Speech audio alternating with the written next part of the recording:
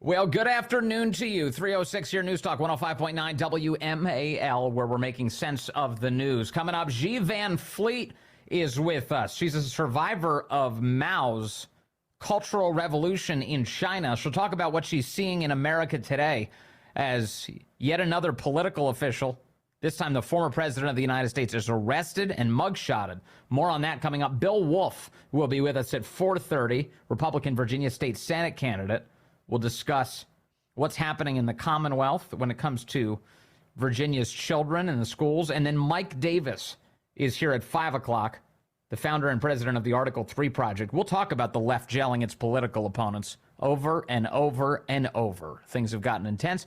You can join us at 888-630-9625, 888-630-WMAL. Donald Trump reporting to Fulton County Jail yesterday after being booked and mugshot. Here's what he had to say on the tarmac headed out. If you challenge an election, you should be able to challenge an election. I thought the election was a rigged election, a stolen election, and I should have every right to do that. As you know, you have many people that you've been watching over the years do the same thing, whether it's Hillary Clinton or Stacey Abrams or many others. When you have that great freedom to challenge, you have to be able to, otherwise you're going to have very dishonest elections. What has taken place here is a travesty of justice. We did nothing wrong. I did nothing wrong. And everybody knows it. I've never had such support. And that goes with the other ones, too. What they're doing is election interference. They're trying to interfere with an election. There's never been anything like it in our country before. This is their way of campaigning. And this is one instance, but you have three other instances. It's election interference. So I want to thank you for being here. We did nothing wrong at all. And we have every right, every single right, to challenge an election that we think is dishonest, that we think is very dishonest. Joining us now, a man who was covering all of this live down in Fulton County, Georgia, Henry Rodgers, the chief national correspondent for the Daily Caller. Hey, Henry. Hey, Vince. Thanks for having me. What was it like yesterday witnessing this history? Well, I'll tell you, it was something. I mean, from, originally watching him get inaugurated and following his presidency to watching him kind of step off the plane, look at us reporters, and, get into that motorcade and head to jail. And I'll tell you what, it was surreal on the way to jail, seeing how all these supporters lined up across the street, all the way down the street, headed to Fulton County Jail. And I'm not going to lie, you kind of had goosebumps when you would pull into the jail. There's, razor wire and all this stuff. And it's the 45th president of the United States who is walking in there to get a mugshot and get fingerprinted. And I will tell you, Vince, beforehand, we were all, on hold in the motorcade while he went in there to get his fingerprints done and his mugshot. And his team was telling us, they said, we don't really know if he will get the mugshot done. We're still kind of in this negotiating process, and it's a 50% chance. And they ended up doing it, obviously, for political purposes. So he walked back out, and he approached us, and he gave us that statement, which you just played. Before Trump got on before Trump deboarded the plane, his new lawyer, Steve Sadow, got on the plane with Trump. They obviously discussed the indictments, and then he deplaned with him and headed to the jail. Yeah. I will tell you that Trump seemed in good spirits. His team seemed in great spirits. I mean, they were like basically saying, bring on another one, the way the polls are moving for Trump. But I will say it was incredible to watch and be there for that. I got to think for almost any person that it'd be a very intimidating experience to have to deal with one indictment. Nevertheless, all of these in four different situations in the country, both at the federal and state level now, as these Democrats keep dropping indictments on him right here in this election cycle. They didn't do it after 2020. They didn't do it in 2021. They waited until now, late 2023, to begin this process of imprisoning their political opponent and taking his mugshot yesterday. You described his demeanor as that he seemed like he had relatively high spirits. The mugshot, I think a lot of people are looking at it going, that's a man who's determined to beat this. What did you think? Yeah, when I was talking to his team on background, in the motorcade and waiting for him to arrive in Atlanta, everyone was kind of discussing, what was he going to smile, how they, how they expected him to pose for his mugshot if he actually had to take one, which he did. And the way they described it was, I think that he's just going to put a serious face on and look as strong as possible. And I mean, if you look at the mugshot, I think that kind of encapsulates what it is. It's not, he's not smiling. He's not, I think he's just showing his serious side and saying that he's ready to fight. He's not going to back down at any moment. And he's going to keep fighting for this country and fighting these indictments. And he's, I think he's ready for more, like I said. But it was interesting, Vince, getting out of, the airport and getting into this Uber. I had a nice black man pick me up in an Uber, and he was like, "Oh my gosh, were you just with Donald Trump?" And I said, "I was just covering him. I'm a reporter and stuff." And he said, "Everyone he knows in Atlanta," he said, "everyone I go to school with, everyone I know in Atlanta in my community is voting for Donald Trump now." He said, "It's not like 2016. It's not like 2020.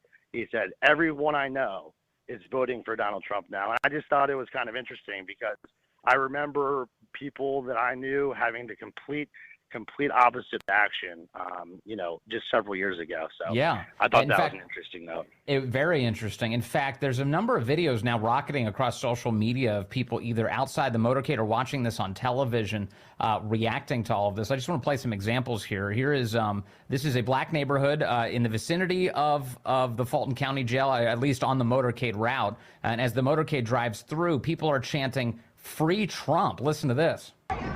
Which one are you in, though?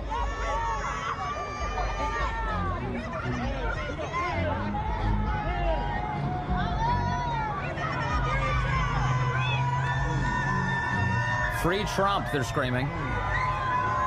Donald Trump.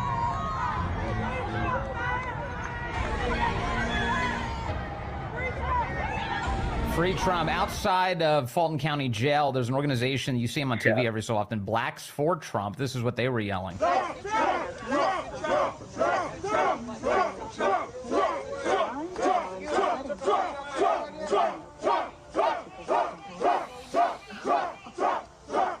Henry Rodgers, was this what you witnessed, in the vicinity of the jail? What was it like on that motorcade route?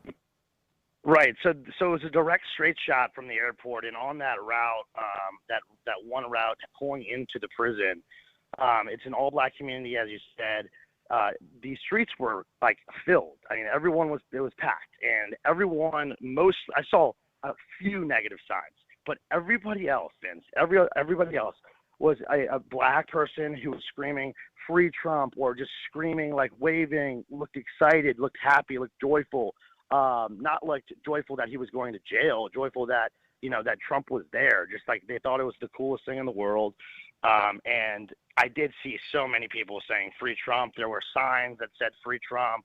There were people just, it's just like, it's something that I never expected to see. I was expecting to see a lot of protests and angry people and a lot more negative coverage out there, but that's not what I saw at all. I saw people who genuinely looked like they supported Donald Trump in Fulton County, and it was kind of electric, just to see. It was like something out of a movie. Yeah, just unbelievable. Well, Henry Rodgers, thank you for that perspective and for, of course, covering this in such an honest and sincere way. As always, Henry, thank you very much. Of course, Vince. Thank you. I appreciate it. Great to talk to you. Henry Rodgers from the Daily Caller, who was live there in Fulton County, Georgia, yesterday. Witness to history as the left continues to imprison and try and humiliate their political opponents. But boy, I have to say, before 7:30 last night, when we knew that Donald Trump, he had indicated earlier in the day that he'd be arrested at 7:30. I was feeling fairly down about this event, and I knew, of course, that we'd be talking about it today. But I have to say, I feel much more optimistic today than I expected to. And I think in part, in no small part, that's because you kind of feel like the jig is up, don't you? Like that everyone sort of recognizes what's going on here. First of all, there are a lot more conservatives, by and large, who have a spine, who are willing to call this out for what it is immediately, this political abuse of our system. And then also, the mugshot thing, I was saying ahead of the mugshot that, this is not going to bring the left the happiness that they are lacking. That emptiness inside of them will not be filled by a mugshot of Donald Trump. And that's certainly true today. As you're watching, that the left is kind of mumbling that they're grateful that Donald Trump was arrested in mugshot, but the right is elated that the left stepped on this rake by emphasizing their abuse in the form of this martyrdom, of this mugshot of Donald Trump. It is only given Trump and the people who would like a justice system that actually works again energy. It's amazing what we're witnessing. There's an NBC story today with the headline, Trump's mugshot fuels liberal delight and GOP fundraising and becomes an instant American political artifact. They say the booking photo has been ricocheting across the internet, sliding into text messages, bursting across social media, and appearing on fundraising appeals and T-shirts across news sites and cable news. One Trump advisor joked he might buy a T-shirt company. Trump's opponents, they say, seized with delight. There, after all the years of accusations, he was a criminal, and only on the fourth arrest was proof of his prosecution in the form of a watermarked booking picture and a signed number, P011-35809. The picture is sure to grist campaigns for elections to come and be reprised by Democrats who will argue it is evidence that Trump is unfit to hold office, they say. But there may have been no more anticipation than among the former president's allies, NBC writes, who quickly saw the picture not as a liability, but as an asset, the kind of rallying cry that will help Trump lock up his party's support and recapture the White House. Now, I read this whole NBC report, obviously, and in it, they cite a bunch of conservatives who are saying, wow, this is only going to help Trump. This is unbelievable. Meanwhile, they don't cite a single lefty here who is delighted by this. They don't point to anybody. Now, if they wanted to point to somebody, they could point to their own network where people like Rachel Maddow were commenting on this. They were very excited to see Trump's mugshot. Here's Rachel Maddow last night on MSNBC.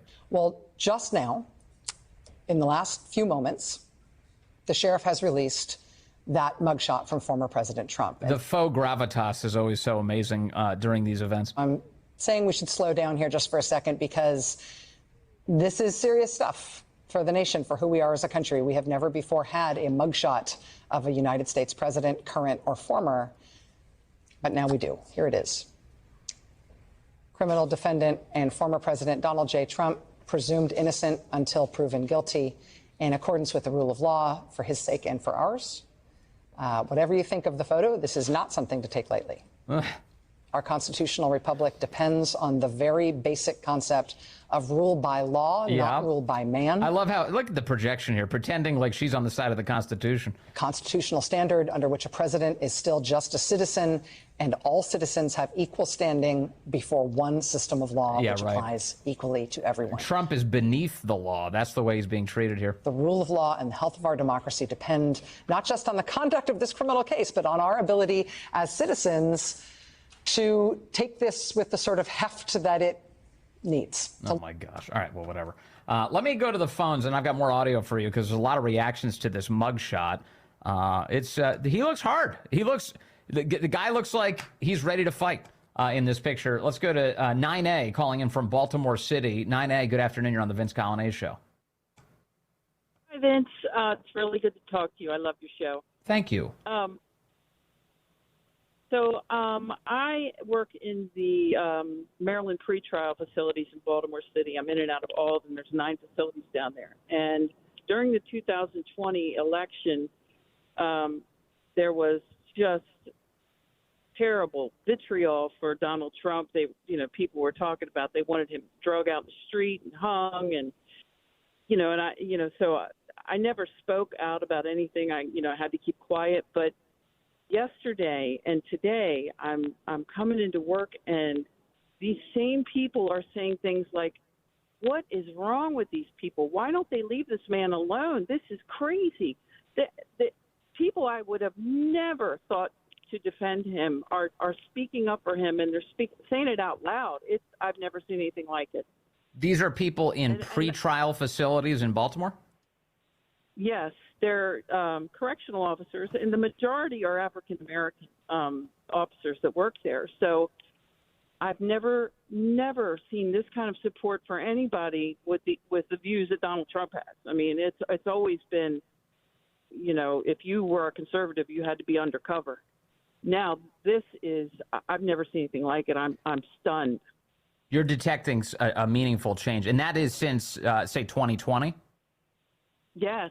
And since yesterday, I've heard at least 36 officers, just the same officers that wore, they wear the Black Lives Matter T-shirts, and they're anti-Trump. They are actually saying, like, this is terrible what they're doing to this man. I thought I was in the Twilight Zone, to be quite honest. How fascinating. How fascinating. You got to wonder if something meaningful is changing for the better. I always hope there is. A story like this, an anecdote like this makes me hopeful. And I hope there's a trend there, because if so, our country's going to be in better shape in years to come. Nine. I'm praying. Yeah, I am too. Nine, thank you for that call. I really appreciate it. John Bolton was on CNN last night as the mugshot came out. Here's his reaction. Ambassador, thank you for being here tonight. I mean, I just wonder, as someone who worked inside the West Wing when Donald Trump was president, what is it like for you to see his mugshot tonight? Well, I thought it was, as with most things Trump does, carefully staged. They must have thought about what look they wanted. He could have smiled. He could have looked benign. Instead, he looks like a thug. And I think it's racist. You don't call him a thug. That's a racist phrase. To be a sign of intimidation against the prosecutors and judges. That's what they picked, and we'll see that picture everywhere. Oh, so Bolton detects it right away. This is a losing issue for the left and for his buddies. This is not going to work out. I thought we were going to take Trump down. I didn't know he was going to be able to dominate a mugshot. Wow. They call him the Teflon Don for a reason. They put him through the mugshot. Stone cold, the president of the United States. Coming up, Xi Van Fleet. She's detected some patterns here from the Chinese Cultural Revolution. She'll share them up next on WMAL. Well, good afternoon to you. 3:35 now. News Talk 105.9 WMAL, where we're making sense of the news. Coming up, 4:30, we'll be joined by Republican Virginia State Senate candidate Bill Wolf. He's a former police detective, former head of the Human Trafficking Task Force. We'll talk about Sage's Law and protecting children in the Commonwealth. He's got a lot to say on that subject. Mike Davis will be with us at 5 o'clock from the Article 3 Project. He'll talk about the left arresting, jailing, mugshotting their political opponents. And in this case, the President of the United States, 45th, Donald Trump, arrested, mugshot yesterday in Fulton County, Georgia. A sampling of the left's reactions includes this from New York Congressman Jamal Bowman. You can feel the emptiness in this audio as he forces out a laugh in order to fundraise off of the Trump photo.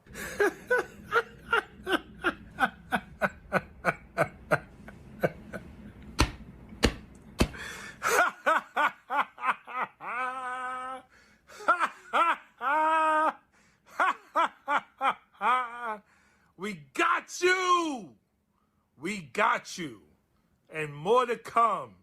Clown, thug, crook, criminal. Quite a performance, as he probably cries himself to sleep each night. Thank you for that, Jamal Bowman. Let's turn now to Xi Van Fleet. She's a survivor of Mao's Cultural Revolution. And we've talked to Xi many times before on what she's seeing happening here in the United States, and we wanted to get an update from her now. Xi, great to have you with us. Well, thank you so much for having me back. What do you make of seeing this image of the 45th president in a mugshot overnight and the endless efforts to try and destroy him in the criminal justice system? Well, what can I say? It's communism. It is cultural revolution. And for people who have no historical knowledge about it, it is time to learn about communism. This is it. And you're seeing it here. Is this Obviously, we've talked before about, say, like in 2020, as people were being harassed in the streets into mouthing the words and during the George Floyd riots, things like Black Lives Matter, and getting yelled at restaurants unless they complied. We talked about that, and now we're watching as political opponents are being arrested. But one of the things I'm detecting, G. Van Fleet, is there are a lot of people who are seeing this and who are sick of it. Are things going better right now, or are we still on a downward trajectory? I don't know. I hope this is a wake-up call to many Americans. Okay, I can tell you what I experienced during the Cultural Revolution. And so to understand communism is that it is not merely an economic system. It is a totalitarian system, and it does not allow any dissenting voices. It does not allow oppositions to its party and to its leader. During the Cultural Revolution, one of the main chief targets for Mao was his political enemy, the president of China, Liu Shaoqi. He wanted to bring him down. And when Liu finally understood Mao's intention for launching the Cultural Revolution, he pleaded with Mao and said, can I just retire from my post and let me go back to my home village? I will just become an ordinary citizen, so spare the nation of this revolution. No way. No way, because communists do not allow their political enemy just go and retire. It has to be crushed, has to be killed, physically killed, and that's what happened to the president of China during the Cultural Revolution. And because people need to learn. Dissent needs to be stamped out. It needs, and the idea, if you can destroy the man, you can destroy people thinking about that or even engaging in thoughts like that. Exactly. And of course, the real goal is not him.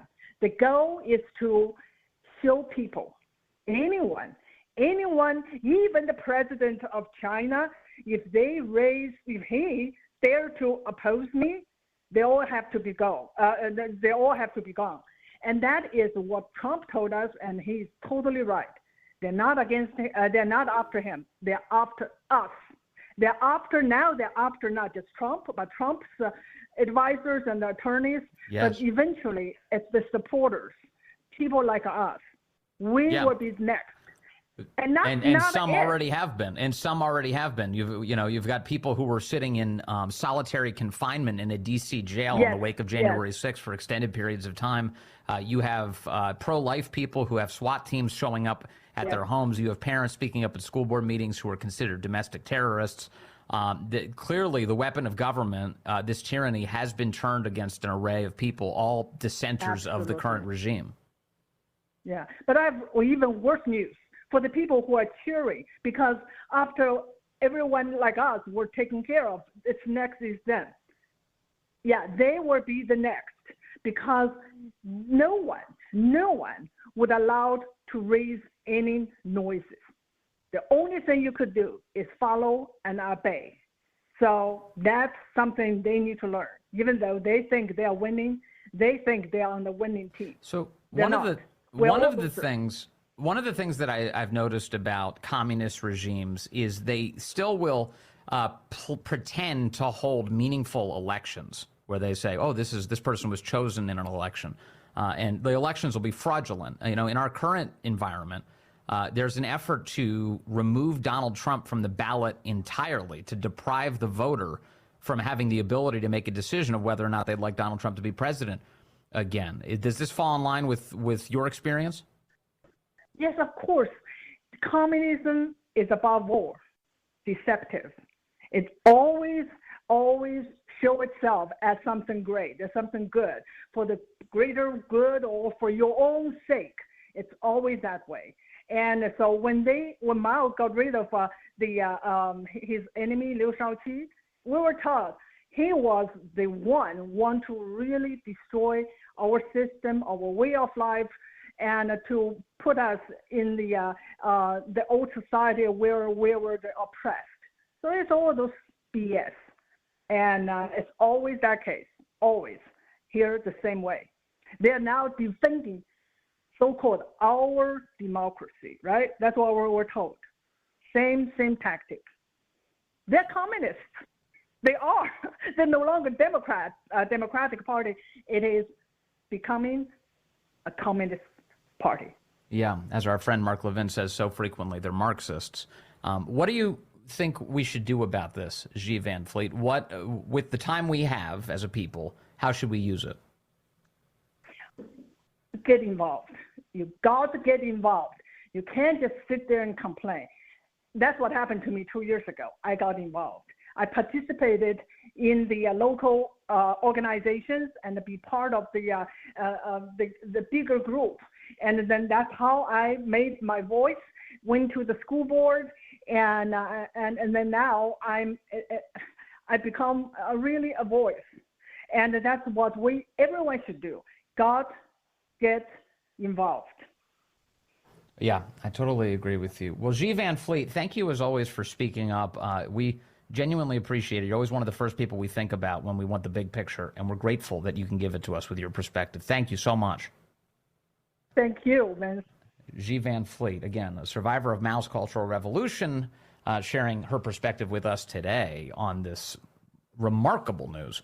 The 45th president of the United States arrested yet again by his political opponents, this time with a mugshot that, as I pointed out, is blowing up in the left's face today. They don't know how to handle the fact that Trump is definitely benefiting from all of this. Trump did return to what we now call X, formerly Twitter, yesterday, right in the wake of the mugshot. As soon as the mugshot became public, he actually posted it to his own account.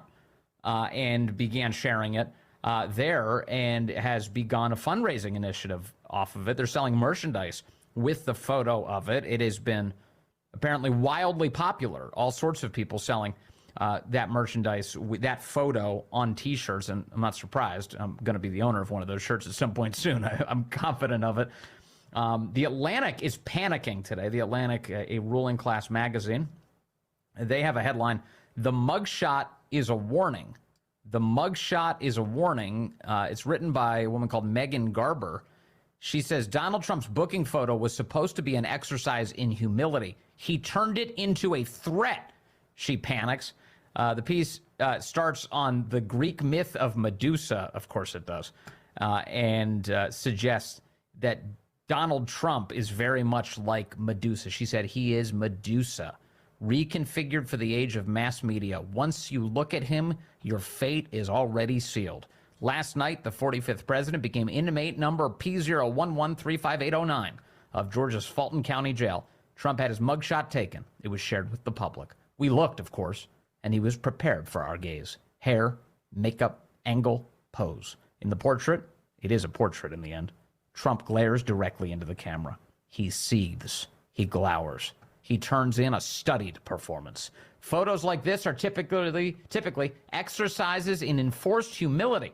Trump's is a display of ongoing power. He treats his mugshot as our menace. Now, let me pause on that. Our menace. Who is our in this sentence? That is not you and I.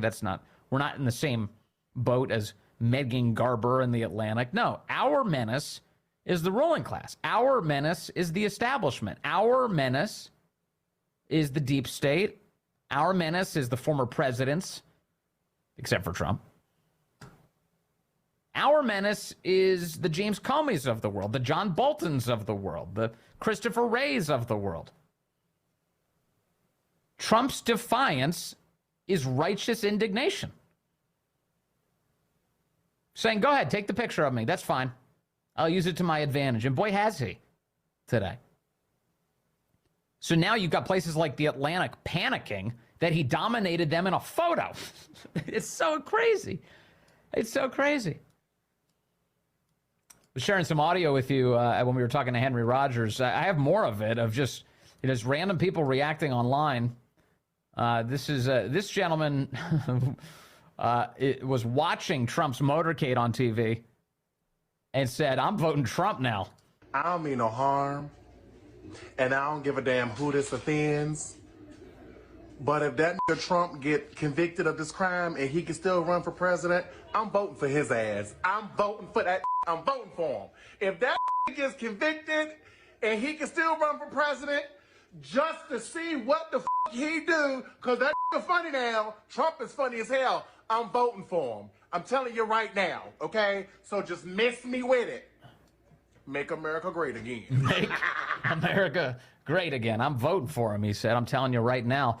Here's what Trump had to say. Last night he was on Newsmax. He described what it was like to be arrested, booked, and photographed. Terrible experience. I came in, I was treated very nicely, but it is what it is. I took a mugshot, which I never heard the words mugshot. Didn't teach me that at the Wharton School of Finance. And I have to go through a process. It's election interference. You know that better than anybody. You cover it so well.